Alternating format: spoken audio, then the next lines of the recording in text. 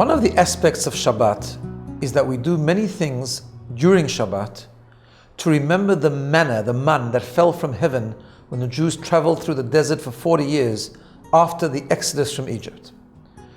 For example, the 2 chalot on Friday night, which are covered with a cloth, are to commemorate the way the manna used to fall. When the Jews ran out of food, they started to get manna from heaven, which would fall on a covering of dew. Then the manna fell, then it would be covered by another covering of dew.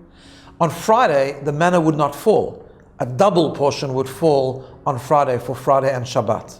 So therefore on Friday night we have 2 chalot for the double portion of manna. It's on a tablecloth covered by another cloth like the dew underneath and on top. Some people eat a kugel. A kugel is a type of dish that's crispy on top and crispy on the bottom and soft on the inside, like the manna that was covered on top and bottom. The kiddush that we make Friday night, which comes from the beginning of Bereshit, the beginning of Genesis, tells us, "Vayevarech Elokim et Yom HaShvi'i." God blessed the 7th day.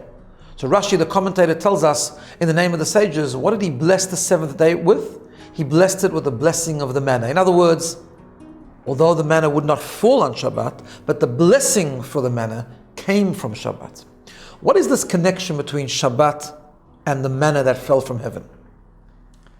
So the manna that fell from heaven is called lechem min hashamayim, bread from heaven, different to our bread, which is called lechem min haaretz, bread from the ground. The difference between the two is obvious. Bread from the ground, obviously the blessing comes from God, but we've got to work very hard to get it. We've got to plow the fields, sow the fields, plant, reap, do business, earn a living in order to get that bread, in order to get that food. Lechem min hashamayim, the bread from heaven, the manna, was a total gift that fell every day from heaven. Now, of course, they had to go and collect it. They had to go outside their tent and collect it. It didn't come into their place where they were sleeping. But they had to collect it themselves in order to have to eat it. But it fell from heaven as a gift.